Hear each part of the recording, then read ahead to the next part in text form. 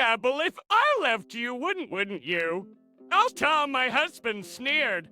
Ah, cheek is shattered. What? I stammered. Ain't you leads of livelihood if we got divorced, right? You parasite! He taunted, flaunting the divorce documents as he always did to threaten me. He thought I can't live without him. True, as a homemaker, I don't have the financial means to support myself, but that's only for now. Tom looked down at me triumphantly. His confidence, built from manipulating me over the years, was evident on his face. But that would change soon. Just wait and see. I won't let you control me forever. My name is Miss Cindy, 29 years old. I'm a homemaker. I married Tom, the man I adored 2 years ago. Tom was my mentor at work. Not only was he skilled at his job, but his good looks made him popular, even secretly having a fan club. Though not a member, I admired him too. I never planned to confess my feelings, but one day, he expressed his interest in me. I remember being too shocked to respond properly. He said to me, "You're pretty," and smiled kindly. That led to us dating, and after a year he proposed to me. We soon greeted both of our parents, bought wedding rings, and booked a wedding venue. While concluding the handover at work, I was engrossed in preparing for the wedding. Tom wanted me to be a homemaker after marriage.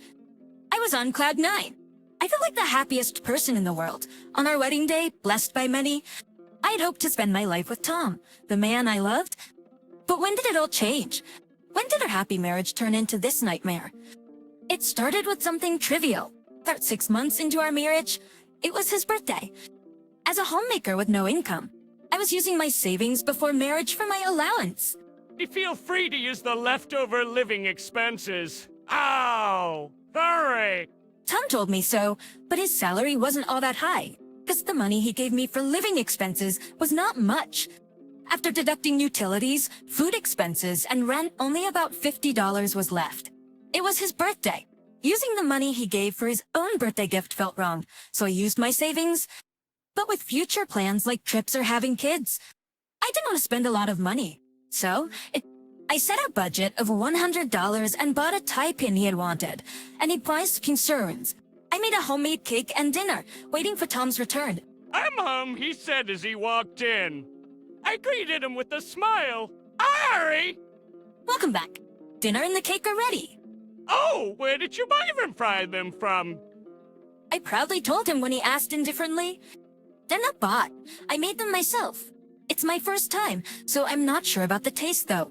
I said, a bit embarrassed, showing him the neatly arranged dishes, but Tom just glanced at them without a hint of happiness.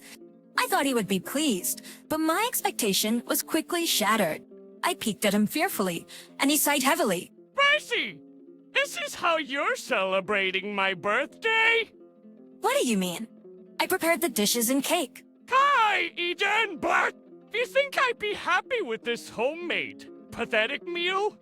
But you were trying to mock me again! For my birthday, I expected a fancy cake from a popular cake shop. Or, a lavish dinner at a fancy restaurant. I'm sorry. I felt my heart race with the completely unexpected response. As if to show off, Tom reached for my gift and tore open the wrapping roughly. Hi! I'm Tom. What's this? A tie pin or maybe grass of both use? Yes, you said you wanted one, right? Oh, did I think of that? Didn't you? This brand isn't even that expensive. You think it's okay to give me something like this? He threw the tie pin on the sofa with a mocking expression. He then headed to the bathroom without touching the dishes. On the changing room, I could hear him humming. How could he sing a tune so carelessly after just hurling heartless words at his wife?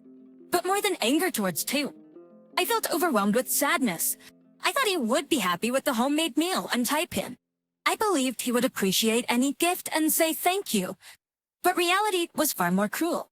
Looking back, there were many signs of discomfort after getting married. If there was dust in the room, he'd say, "Clean properly."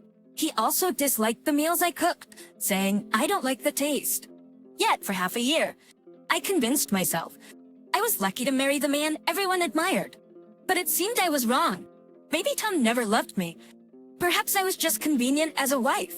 He wanted someone who would obediently listen to him, and that's why he chose me. That's what I began to think. My suspicions seemed right as I faced his mistreatment daily. If I did anything slightly displeasing, he would say, "You can't even do this simple thing. I'm sorry." Sorry into such fresh away, you fool. Think you want a divorce, huh? But you bertation me? Please, don't talk about divorce so easily. Hey, I told him. After marrying a guy like me, you'd be embarrassed to face anyone if we divorced. After all, choose by. I's the most popular guy at work. They got me. That's not what I mean. By indeed it enters. If you get divorced as a homemaker, you have nowhere to go. Right now, you're unemployed. It's Chuke here. She's just unemployed. You wanted me to be a homemaker. Don't agree with I. You're the fool for blindly following me. Tom laughed mockingly and threw the already filled out divorce documents at me. He often threatened me like that. He threatened me so many times that I can't even count. I could easily throw the divorce documents away, but I couldn't do that because I wasn't sure if I should continue this marriage. But as Tom said, I was not brave enough to go through with it. I had been doing a work-from-home job with his permission for the past few months, but I didn't earn much, so I didn't save enough to be independent. Am I destined to live as a slave forever? But to live in fear of him as a housewife? I found myself somewhat resigned to that reality. But one day, a client I had been contracting with for my work-from-home job offered me a full-time position. I wanted to increase my savings for emergencies. So, I decided to try negotiating with Tom. Tom, I have something I want to talk about. I approached him cautiously when he returned home, but he seemed quite drunk. Yeah, big Nesner. In Greifstalschuh. He yelled, stripped off his suit, and collapsed onto the sofa, asleep. I sighed and picked up his discarded suit. Then, his smartphone slipped out of his pocket. Oops, what? What's this?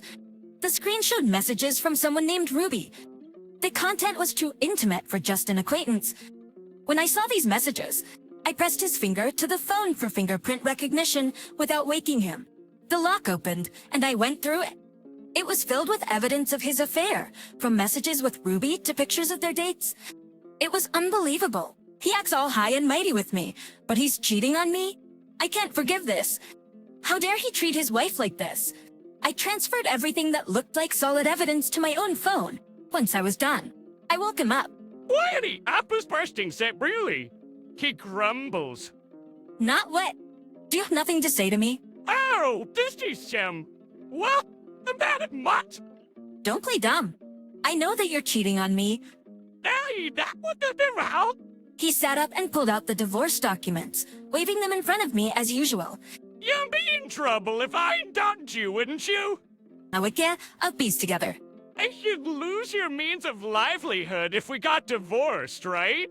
You parasite! He sneered, throwing the documents at me, hitting my face. That was the moment. The moment when the wave of my restrained patience surged like a tsunami. I can't take it anymore. I can't live my life being controlled by this man. After venting his anger on me, he lay back down on the sofa and started snoring. I packed my belongings and left the apartment without looking back. I headed to my parents' house, explained the situation, and decided to stay there for a while. My parents were furious when they learned about Tom's true nature. My father was so angry that he wanted to confront Tom at the apartment, but I stopped him, saying I had a plan. The next day, I signed the divorce documents Tom had given me and submitted them to the office. Once they were accepted, I succinctly summarized the situation and messaged Tom. In the following days, Tom bombarded me with dozens of calls. Don't be selfish! I'll forgive you. You're just a parasite who can't live without me. Without Merv. The messages were unbearable. Of course, I ignored them all. This was all part of my carefully crafted revenge. I could execute it right now, but not yet. Permits even without me. Tom would happily live his days with his mistress. In fact, their time together might even be more blissful than with me. But now, I had substantial evidence of his infidelity. When the time was right, I'd take my revenge. I clung to this thought as I started my new life. A year passed. After all, I accepted the job offer from my client, working almost like a full-time employee. After spending the first year at my parents' house, I finally started living on my own. My parents said I could stay forever, but I couldn't rely on them any longer. Besides, my revenge on Tom awaited. Once I became self-sufficient, I would take my revenge. I decided that a year ago, with the evidence of infidelity transferred to my phone. I visited a highly rated law firm. I explained everything and expressed my desire to claim compensation from Tom and his mistress. Can I still claim compensation now? The lawyer assured me confidently when I asked, "Don't worry. In this case, although the divorce is finalized, the infidelity was discovered a year ago before the divorce. You can claim compensation within 3 years of discovering the affair." "Okay then, please proceed." "Sure, leave it to me." The lawyer immediately started working.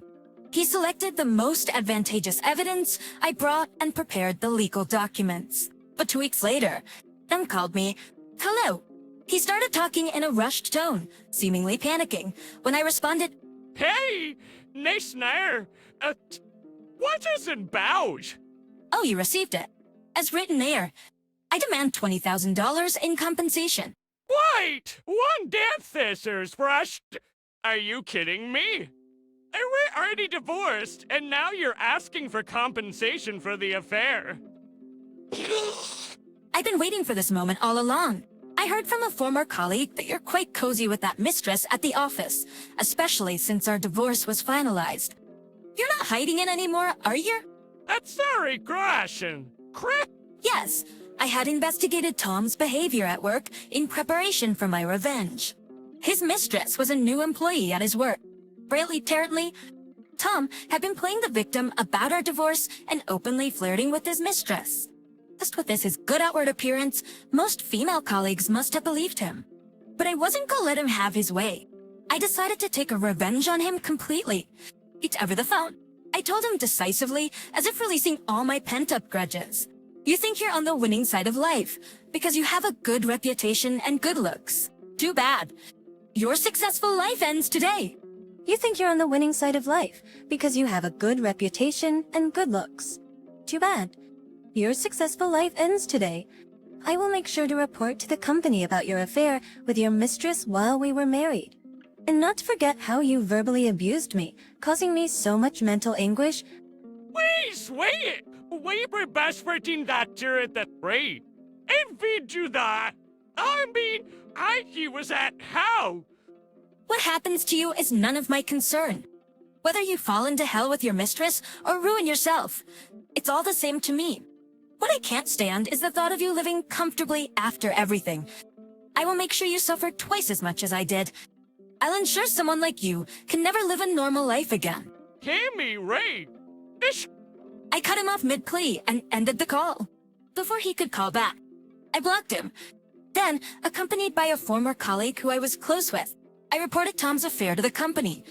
Since I was a former employee and the mistress was a new hire at the same company, they took my claims seriously. As a result, both Tom and his mistress were dismissed for misconduct.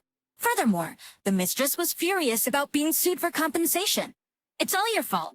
She shouted, slapping Tom at the office, and their relationship ended abruptly. Having lost his job, Tom struggled to find a new job and now works multiple part-time jobs. He moved into a small apartment and works tirelessly to pay the compensation. As for me, I continue my work, leading a relatively fulfilling life. Working from home allows me the freedom to work at my own pace without having to accommodate others. Although my marriage ended in divorce, it taught me a lot. Marriage isn't the only path to happiness. It's important to live a life that I'm content with. I was able to realize that that's the greatest happiness. After remembering this, I want to continue living true to myself.